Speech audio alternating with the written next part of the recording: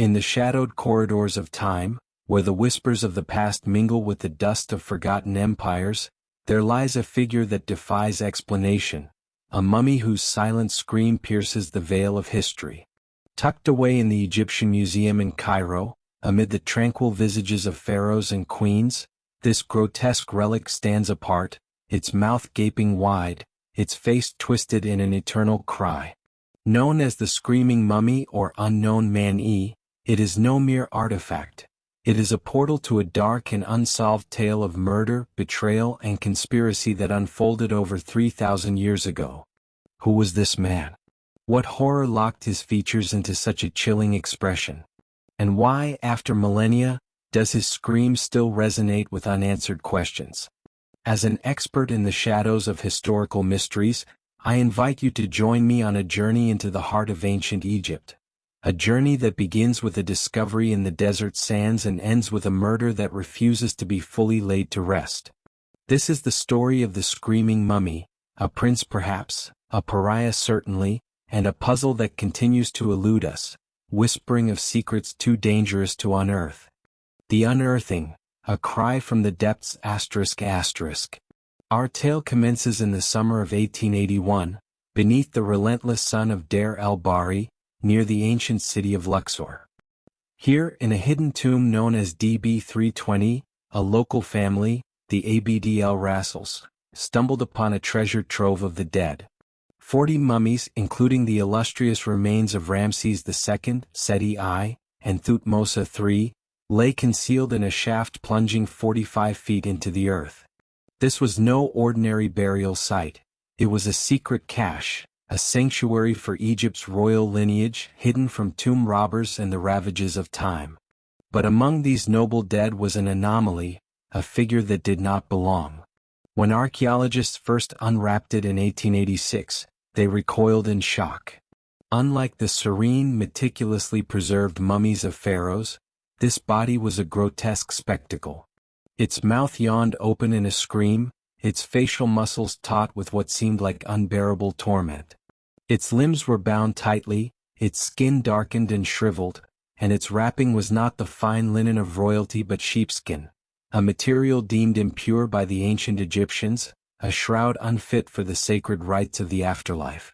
The mummy bore no name, no titles, no regal adornments. Its sarcophagus was unadorned, its preservation rudimentary, as if those who interred it sought not to honor but to erase it. Natron salt, used to dry the body, had been poured carelessly into its gaping mouth, a final indignity. Labeled Unknown Man-E, it became an enigma from the moment of its discovery, a silent witness to a crime lost to history, or perhaps a participant in a deed so heinous that even the gods turned away. For decades, it lay in obscurity, a curiosity among the grand relics of Egypt. Some whispered it was a foreign captive, others a disgraced noble, and a few dared to suggest it was cursed, a soul trapped in torment for eternity. But as the sands of time shifted, a darker truth began to emerge, one tied to a conspiracy that shook the foundations of an empire and a murder that remains, to this day, only partially solved. To unlock the secrets of the Screaming Mummy, we must travel back to the 20th dynasty of ancient Egypt, to the reign of Pharaoh Ramesses III, 1186 to 1155 BCE. This was an era of splendor and strife, a time when Egypt's power was waning under the weight of external threats and internal discord.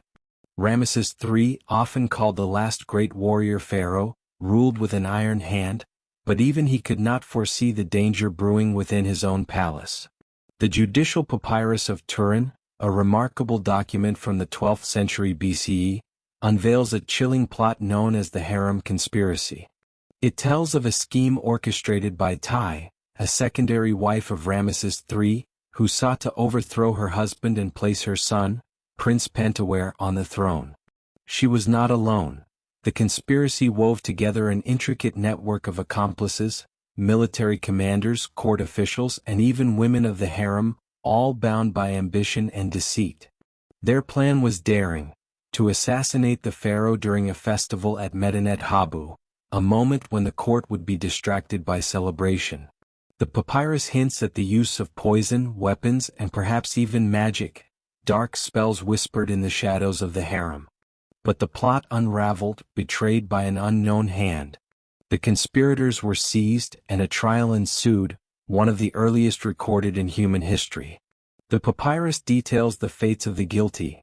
Most faced execution, their names expunged from the annals of Egypt, a punishment worse than death in a culture obsessed with legacy.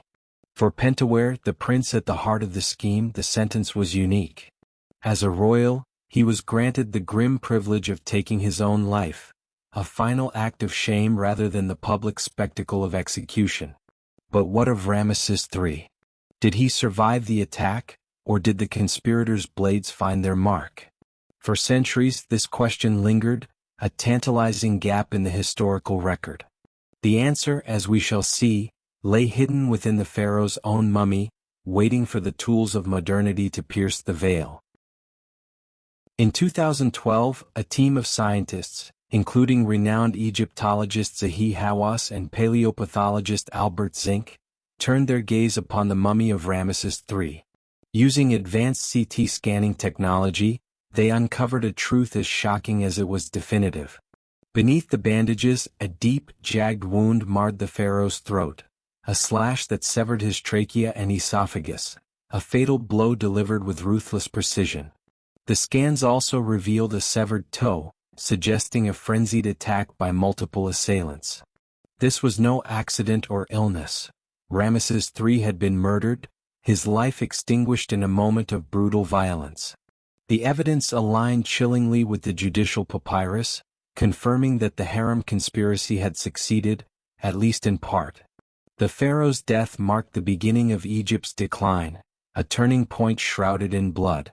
Yet, the trial that followed suggests a paradox. If Ramesses III died instantly, who oversaw the punishment of the conspirators?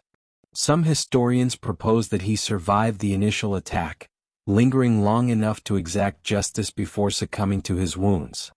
Others whisper of a cover-up, a fiction crafted by loyalists to preserve the illusion of royal invincibility. The truth remains elusive, a shadow flickering at the edge of our understanding. And what of Pentawere, the prince whose ambition sparked this deadly chain of events? His fate, too, was written in the sands, and perhaps in the twisted features of the screaming mummy. In 2018, a pivotal discovery brought us closer to identifying unknown man-E. Genetic analysis, published in the British Medical Journal, revealed a direct familial link between the screaming mummy and Ramesses III. The DNA matched, pointing to a father-son relationship. After years of speculation, the evidence was clear. This was Prince Pentawere, the disgraced heir whose treachery cost him everything. But the identification only deepened the mystery. Why was his mummy so different from those of his royal kin? Why the scream, the impure burial, the absence of honor? To answer these questions, we must consider both the science of death and the beliefs of the ancient Egyptians. The judicial papyrus states that Pentawere was allowed to commit suicide, likely by poison, a method befitting his status yet denying him a warrior's end.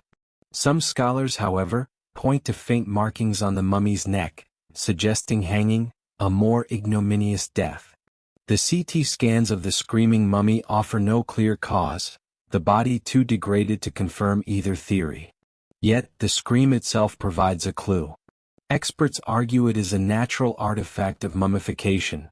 Without proper embalming, the head may have fallen back as the body dried, stretching the facial muscles into a grimace. The salt in the mouth, they say, was simply part of this crude process. But is this explanation too convenient? Could the scream reflect something more? A final gasp of agony, a cry of despair as poison coursed through his veins, or even the terror of a darker fate? The burial itself fuels such speculation.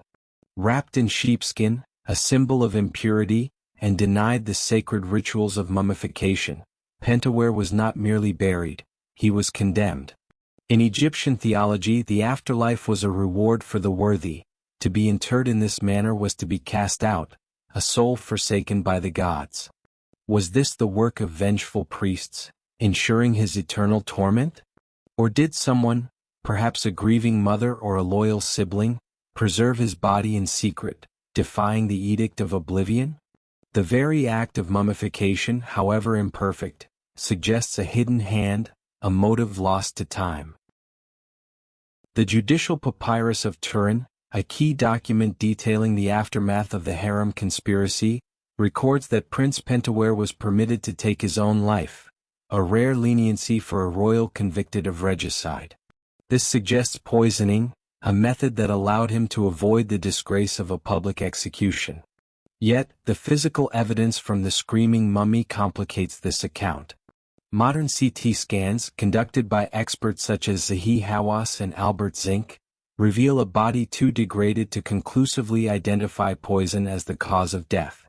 No traces of toxic substances linger in the tissues, though this absence could be attributed to the passage of millennia or the lack of sophisticated embalming. Intriguingly, some observations hint at alternative fates. Faint markings around the mummy's neck, noted in certain analyses, have sparked theories of hanging, a punishment typically reserved for lower classes, not royalty. Such a method would contradict the papyrus's account, suggesting either a cover-up or a harsher sentence than recorded. Other scholars propose an even more chilling possibility: live burial. The mummy's gaping mouth and anguished expression fuel speculation that Pentawere was entombed alive, his scream a final, futile protest as the earth closed around him. However, this theory lacks support. The body shows no signs of the skeletal fractures or contortions expected from such a struggle. Could the truth lie in a combination of methods? Perhaps an initial dose of poison failed to kill him swiftly, prompting his executioners to hasten his end with strangulation or suffocation. In the turmoil following Ramesses III's assassination, the execution of justice may have been rushed, leaving room for error or improvisation. The ancient Egyptians prided themselves on precision in death rituals, yet the chaos of a thwarted coup could have disrupted even their meticulous traditions. Thus, the exact manner of Pentaware's demise remains a tantalizing blank, a canvas onto which we project our grimmest hypotheses. The Harem Conspiracy, a web of hidden threads. The Harem Conspiracy, as chronicled in the Judicial Papyrus, was a daring plot to overthrow Ramesses III, orchestrated by Tai, one of his lesser wives, with her son Pentawere as a key figure. The document names 38 conspirators, ranging from harem women to military officers like Pebekamen, most of whom faced execution or mutilation in a swift trial. Yet, the speed of this judicial process raises red flags. In a civilization renowned for its bureaucratic rigor, where legal proceedings could span months, the rapid resolution of such a monumental case hints at a cover-up or a desire to limit exposure. How far did the conspiracy truly extend? The papyrus offers a contained list, but some historians argue that the plot may have reached beyond the palace walls. Ramesses III's reign was plagued by external threats from the Sea Peoples and Libyan tribes, enemies who might have seized the opportunity to destabilize Egypt through internal betrayal. A foreign hand in the conspiracy remains unproven, as the papyrus is silent on such involvement, but the possibility lingers, tantalizingly out of reach. Equally compelling is the notion of scapegoating. With Ramesses III dead or dying, his successor, likely Ramesses IV, had every reason to suppress a broader investigation. A wider probe might have implicated too many nobles or officials, threatening the stability of the new regime. Were some conspirators spared, their names erased from the record to preserve order? The palace of Ramesses III was a labyrinth of ambition and intrigue. It is conceivable that the 38 named individuals were merely the tip of a much larger iceberg. The conspiracy's true depth is a shadow that stretches beyond the light of the papyrus, lost to the currents of political expediency and time. The burial paradox: condemnation or secret mercy. Pentaware's burial is a study in contradictions. Unlike the grand tombs of pharaohs, adorned with treasures and prayers, his mummification was rudimentary. No embalming fluids, no sacred rituals, only natron salt to dry the corpse. Wrapped in sheepskin, deemed impure by Egyptian standards, and interred without a name, His treatment was a calculated insult, designed to erase his identity and doom his soul to oblivion. In a culture where the afterlife was paramount, this was a punishment more severe than death itself. Yet why preserve the body at all? If the intent was total annihilation, why not burn the remains or abandon them to scavengers? The act of mummification, however crude, suggests an undercurrent of ambiguity. Could a grieving ally, perhaps Thai or a loyal servant, have intervened, ensuring some form of preservation against the wishes of the state? Alternatively, the mummification might reflect a pragmatic need to contain the spiritual fallout of his crime, binding his restless Ka spirit, to prevent it from haunting the living. The choice of sheepskin adds another layer of mystery. Associated with the chaotic god Set, this material marked Pentawere as an outcast, a disruptor of cosmic order. Yet, some speculate that this could have been a subversive act, a hidden rite by sympathizers to grant him a perverse immortality, aligning him with Set's enduring power. Was his burial a final act of vengeance, a reluctant compromise, or a coded message? The answers lie buried with him, wrapped in the enigma of his impure shroud. The scream, science, symbol, or curse? The screaming mummy's most striking feature is its open-mouthed cry, a visceral image that has haunted viewers for over a century. Scientists attribute this to the natural mechanics of decay. Without proper support, the jaw fell open as the body desiccated, and facial muscles tightened into a grimace. The natron salt in the mouth, they argue, was a byproduct of the hasty mummification process. This explanation is logical, rooted in the physics of preservation. But in a society where death was steeped in symbolism, can we dismiss the scream as mere accident? The Egyptians viewed the afterlife as a perilous journey, dependent on precise rituals. A condemned soul like Pentaware's, denied these rites, might be trapped in torment, a torment his scream could embody. Some see it as an omen, a warning to the living, echoing the cursed narratives tied to other Egyptian tombs like Tutankhamun's. A bolder theory posits intent, that the scream was staged, a deliberate pose to convey defiance or despair. In certain ancient traditions, a body's position influenced its spiritual fate. Pentaware's cry might represent a refusal to fade quietly into oblivion. Whether a quirk of nature, a mark of eternal suffering, or a crafted statement, the scream transcends its physical origin, resonating as a timeless emblem of his tragic end. Today, the screaming mummy lies in its glass case, a silent sentinel among Egypt's treasures. It is a stark contrast to the regal calm of Ramesses III, a father and son bound by blood and betrayal. For the ancient Egyptians, it was a warning. Power is fleeting and treachery carries a price beyond the grave. Yet its power transcends history. The scream taps into something primal, a fear of the dark, a fascination with the forbidden. It compels us to ask, what did Pentawere see as the shadows closed in? Was it the faces of his conspirators, the wrath of his father, or the abyss of his own soul? And why does his cry still haunt us 3,000 years later? Perhaps it is because the screaming mummy is more than a relic. It is a mirror. In its twisted features, we see the fragility of order, the chaos beneath civilization, and the secrets that even time cannot bury. It challenges us to look deeper, to question the tales we tell, and to listen for the screams that echo in the silence. The screaming mummy stands as one of history's most enigmatic figures, a prince undone by ambition, a murder partially solved, and a scream that defies explanation.